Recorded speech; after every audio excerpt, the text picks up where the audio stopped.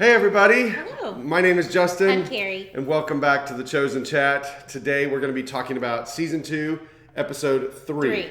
Episode 3. And if you haven't had a chance to watch the previous episodes of The Chosen Chat, I want to encourage you to go back and watch those as well.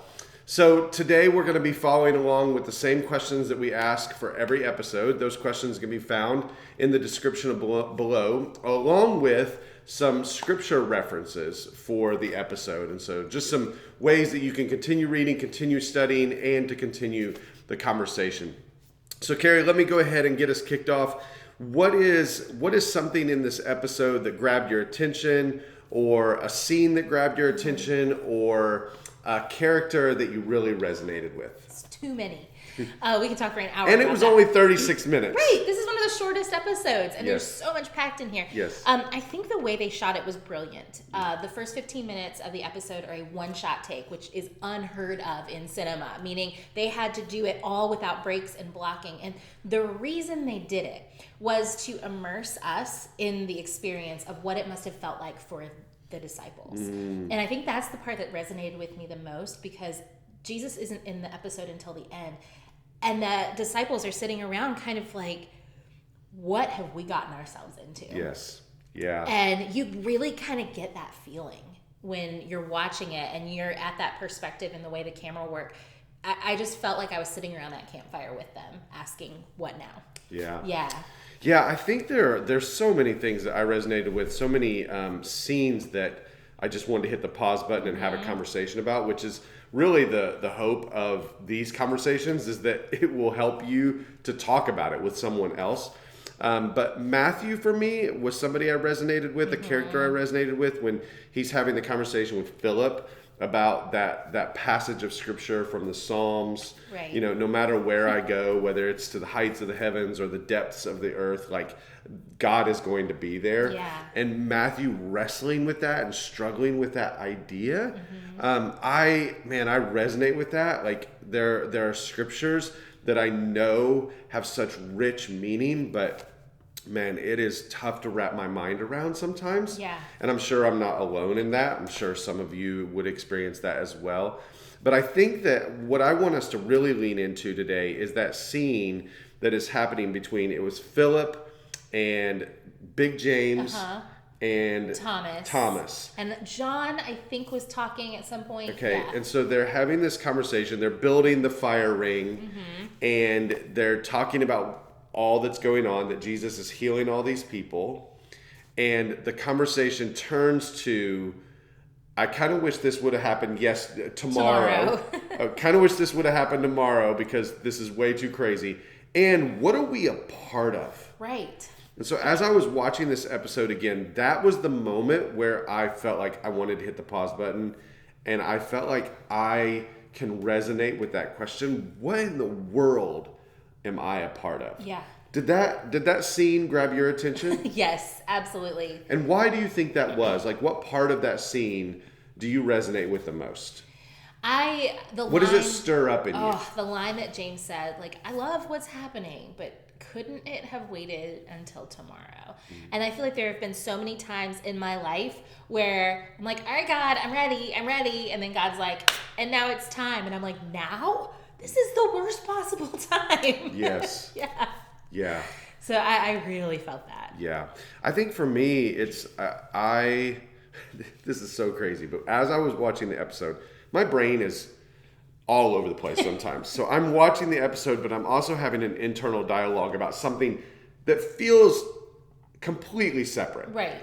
I do this even when I'm preaching. I'm preaching and having an internal dialogue at the same time. I'm a little weird. But I'm having this internal dialogue of, man, what are we even doing? We pastor a church, One Life Church, and there are I'm almost 25 years into doing ministry.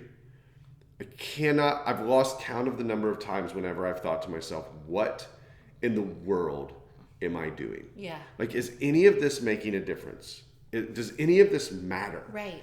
And as I was having that internal dialogue again, that episode shows up on the screen.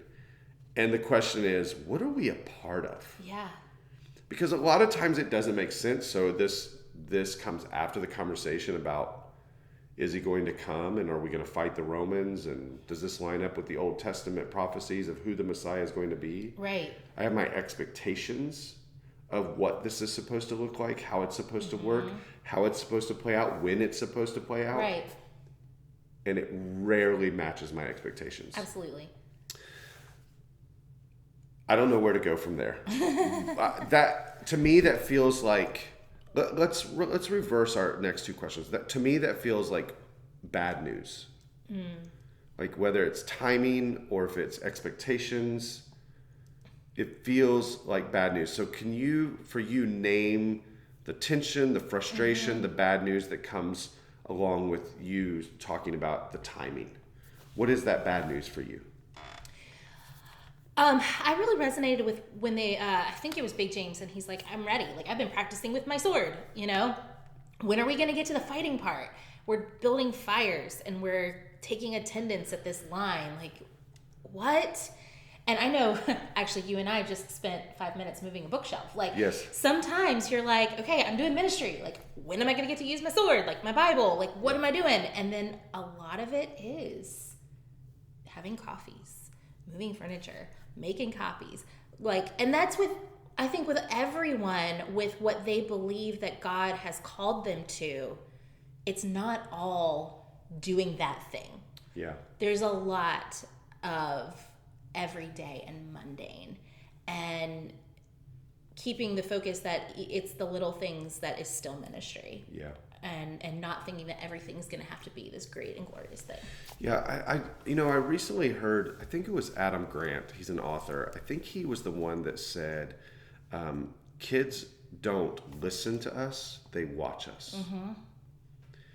And that struck a chord in me because, and you were just talking about the mundane, and I think of Brother Lawrence's book, Practicing the Presence of God. He was a monk who, when he became a monk, he was given the job of doing dishes.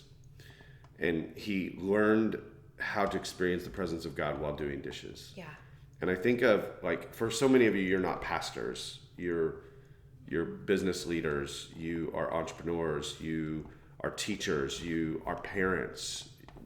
And you feel like God has called you to be a part of his mission of restoration, called you to be a part of his kingdom work. And most of life is just everyday life. Absolutely.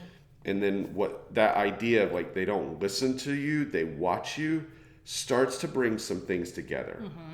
And that is that in every single moment, whether it's the heights of the heavens or the depths of the earth, God is there and God is at work. Now, the bad news for me is that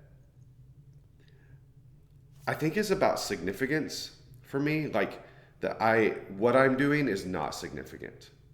So what I'm doing is not big enough for the kingdom. And I unfortunately think that's a narrative that we've created in the American church, that significance is marked by or is measured by these huge mountaintop moments or changing the world. But what we see in this episode is that it could be just building a fire ring. It could be being on the journey with Jesus. And Jesus is doing so much more than we might be able to see. Absolutely. I think it's really important for us to realize that in the Gospels, we have 50 days of Jesus' life recorded. Of the 3 years of his ministry, we have 50 days. We're only getting the highlights. There was a lot of sitting around the fire, a lot of walking, a lot of mundane. We do not have to compare our lives to all the things Jesus did in 50 days, like in 3 years. Yes. We're not going to do it. We're not the Son of God. Yes. You know? Yeah. So what's the good news for you that combats that bad news? This is it. Okay. Even though the disciples are sitting around wondering, what are we doing? Jesus never stops working. The entire episode, he is working, and we see him exhausted at the end. And I have to realize that even though where I am right now, it doesn't seem like I'm doing much, it's not about me. Jesus never stops working. Yeah.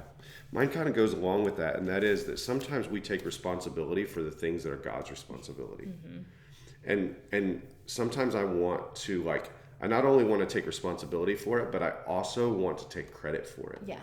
Which is, I think, the place of where the temptation of significance comes from, is I not only want to take responsibility for the God things, but I also want to take credit for the God things because it feeds my ego. Mm-hmm. And I have to remember that there are things that are God's, and God does that work, and there are things that are mine. Right. And so, and usually the things that are mine, I can only hold so much because I'm human and my hands are small. Yeah. God's hands are big, and he's going to carry most of the weight. Mm-hmm. Now, that's not to say that he's not inviting us to participate with what he's doing, because he is. But he's not going to put so much on us that it weighs us down or burdens us. Absolutely. And we have to be okay with God taking responsibility for what he is going to do, and then respond to the places in our lives that he's saying, okay, this is where you get to step in. Yeah. You know? And that might be doing dishes and our kids watching us do dishes. It might be moving bookshelves. It might be, doing budgets. Yeah. It might be whatever that is. It may feel insignificant, but man, God is doing so much more. And so I don't have to take responsibility for the God things. Absolutely. Before we finish, I want us to fast forward through the episode, and we've got to talk about the end. Mm-hmm. So the disciples are sitting around the fire. Yeah. They're arguing, they're bickering about, what are they talking about? So they have a point. They're talking about the fact that Matthew has never apologized. Okay, yes. That everyone else feels like they've been suffering. Matthew gave in to Rome. He's been living the high life. Yep. And making their life miserable. Yep. And then Peter finally has his say. And then somebody turns on Peter. Yep. And says, but you never apologized to us. Yes. For that moment that was back in season 1 where he was going to turn them over to the Romans. Exactly. Right? It's kind of you're looking at the speck of dust in your brother's eye while you've got a log sticking out of your own. Absolutely, yes. And it's coming to life on the screen. And then Peter tries to be like, oh, yeah, I'm sorry. Right. And then he even tells Matthew, I don't care if you do say you're sorry. Yeah. I don't care. I'm not going to forgive you. Exactly. And then Jesus walks up. Yeah. And he's exhausted because he's been healing, because he's been working. Yeah. And the silence is deafening. Mm-hmm. You can hear a pin drop. Yeah. And there's, to me, the moment, the message was, when we take our eyes off of Jesus and what he's doing and who he is, we'll place our eyes on a lot of things that will distract us. Yeah. and will separate us. Mm-hmm. And destroy us. But when we keep our eyes on Jesus and all that he's doing and who he is, those things, yes, they're significant. It was significant that Matthew was stealing from them. Yes. But it will take our eyes off of that and maybe turn our eyes to, let's offer forgiveness to one another. Yeah. What do you think? What was significant about that last scene? For me, I just feel like the American church, we are those guys sitting around the campfire. Yes. I don't want to work with you. I know who you voted for. I don't want to work with you. I know what you support. I don't want to work with you. I know where you work. We have this whole, we put up these walls between us. I can't work with anyone that XYZ. Yes. And they must not be Christians. They must not be Christians. Yeah. Don't you know how your position has hurt me? Yeah.